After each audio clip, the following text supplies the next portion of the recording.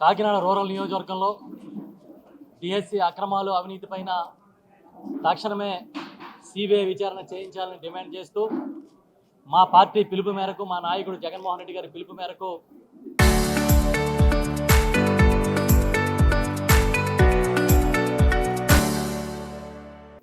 ఈ కార్యక్రమాన్ని ఈ సమావేశాన్ని నిర్వహించాం.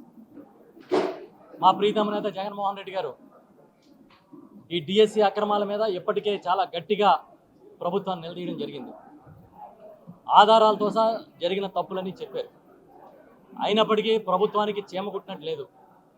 విద్యాశాఖ మంత్రి నారా లోకేష్ గారు వచ్చి జగన్మోహన్ రెడ్డి గారి ఇంటికి 200 మీటర్లో ఉన్నానంటూ చర్చికి రమ్మని సవాల్ విసిరితే మేము ఇమీడియట్గా రెస్పాండ్ అయ్యాం. మీకు ఎవరు కావాలంటే వాళ్ళు వస్తాం, టైము, డేటు, ప్లేసు మీరే చెప్పండి అన్నాం.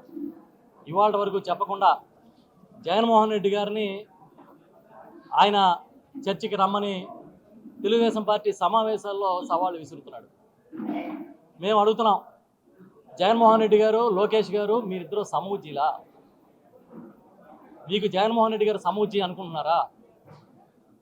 తండ్రి చాటు పదవులు అనిపిస్తున్న మీరు ఒంటి చేత్తో పార్టీని పెట్టి నడుపుతున్న జగన్మోహన్ రెడ్డి గారు సమూజీలు ఎలాగవుతారు?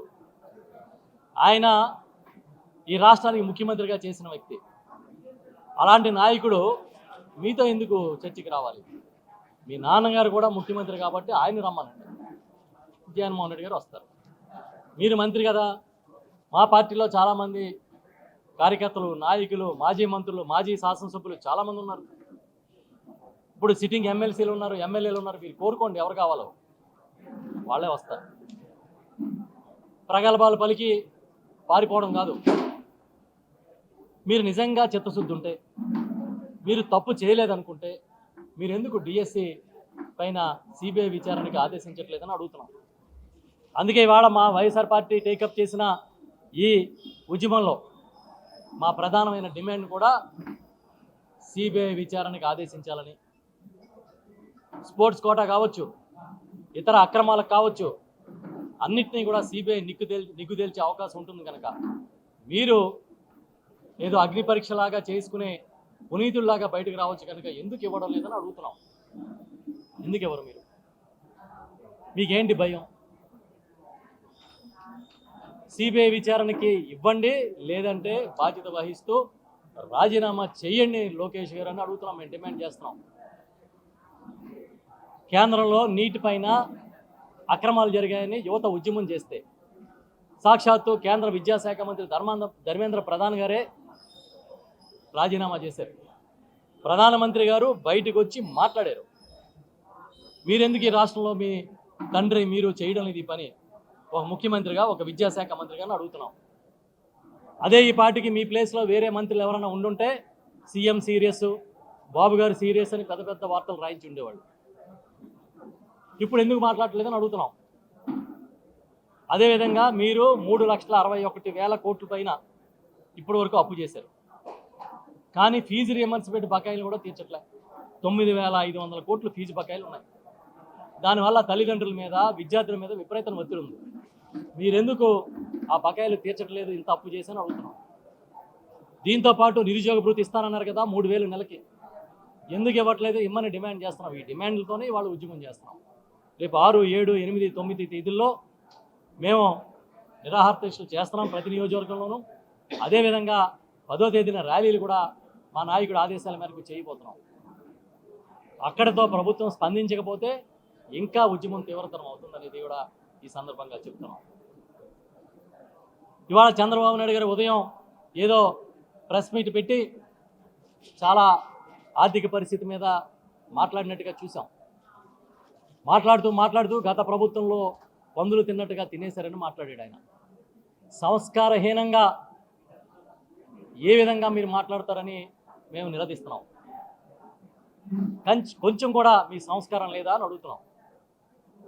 5 ఏళ్ల కాలంలో 3,61 కోట్లు అప్పు చేసిన 5 ఏళ్ల కాలంలో 3,31 కోట్లు అప్పు చేసిన 31,000 కోట్లు అప్పు చేసిన జగన్మోహన్ రెడ్డి గారు హయాంలో అవినీతి జరిగినట్ట? 2 ఏళ్ల కాలంలో 3,61,000 కోట్లు అప్పు చేసిన మీ హయాంలో అవినీతి జరిగినట్ట? మేము అడుగుతున్నాం, మేము అనలేమా మీరు పందికొక్కులా తినేస్తున్నారని. సంస్కారం ఉంది కాబట్టి అనట్లే. మేము మాట్లాడగలుగుతాం. ఎందుకు ఇంత ఫ్రస్ట్రేషన్లో ఉన్నారు? పొలాలకి నీళ్ళు ఇవ్వరు, పంట పండితే అమ్ముకునే దిక్కు లేదు, పొగాకు రైతులు రోడ్లెక్కి అలో లక్ష్మణ అని ఉద్యమాలు చేస్తున్నారు. యూరియా కోసం గంటల గంటలు క్యూలో నిలబడాల్సిన పరిస్థితి. 2 ఏళ్ల కాలంలో ఇప్పటికీ 24-26 నెలలు అయింది మీ అధికారంలోకి వచ్చి. ఒక కొత్త పెన్షన్ ఇవ్వలే, ఒక కొత్త రేషన్ కార్డు ఇవ్వలేదు. మీరు వచ్చి కథలు చెప్తారు, జగన్మోహన్ రెడ్డి గారిని, వైఎస్ఆర్ పార్టీని తప్పుడు మాటలు మాట్లాడతారు. ఇప్పటికీ జగన్మోహన్ రెడ్డి గారిని తిడుతూ తప్పులన్నీ ఏదో ఆ ప్రభుత్వం చేసినట్టుగా ప్రచారం చేసుకుంటూ రోజులు గడపడం తప్ప ఇంకేమన్నా జరుగుతుందా ఈ రాష్ట్రంలో అని అడుగుతున్నాం. మళ్ళీ మేము అడుగుతున్నాం,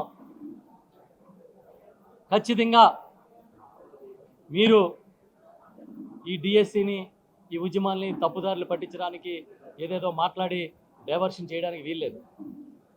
ఖచ్చితంగా దీని మీద దృష్టి పెట్టాల్సిందే. ఇవాళ రాష్ట్రంలో వైఎస్ఆర్ పార్టీ నాయకుల మీద మీ రెడ్ బుక్ పెట్టి తప్పుడు కేసులు పెడుతున్నారు. మాజీ మంత్రుల్ని గొంతెత్తిన ప్రతి ఒక్కరిని తప్పుడు కేసులు ఇరికించే కార్యక్రమం చేస్తున్నారు. మీరు తీసుకొచ్చే ఈ సాంప్రదాయాలు ఈ రాష్ట్రానికి చాలా చేటు చేసే సాంప్రదాయాలు తీసుకొస్తున్నారని కూడా మళ్ళీ చెప్తున్నాం. ఇది మంచి పద్ధతి కాదని చెప్తున్నాం.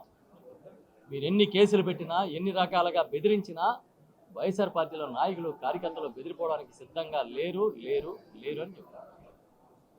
ఓకే, బాధితులు ప్రతి జిల్లాలో ఉన్నారు. ఆల్రెడీ జగన్మోహన్ రెడ్డి గారు వారితో ఒకసారి సమావేశం అయ్యారు. మళ్ళీ రేపు కూడా అన్ని జిల్లాల్లోనే అక్కడున్న బాధితులు ఆ శిబిరాలకి వచ్చి వాళ్ళ బాధలు చెప్పుకోవడానికి అవకాశం ఉంది.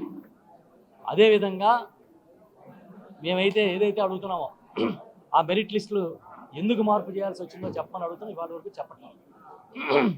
స్పోర్ట్స్ కోటాలో జీవో ఎందుకు ఎత్తేసారు, మళ్ళీ అదే జీవోని ఎందుకు రివైవ్ చేశారు చెప్పమని అడుగుతున్నాం. చెప్పట్లే. ఎవడైనా గెలిచిన వాడికి ఇస్తారు కానీ ఉద్యోగం పాల్గొన్న వాడికి ఇస్తాడా? కామన్ సెన్స్ కదా.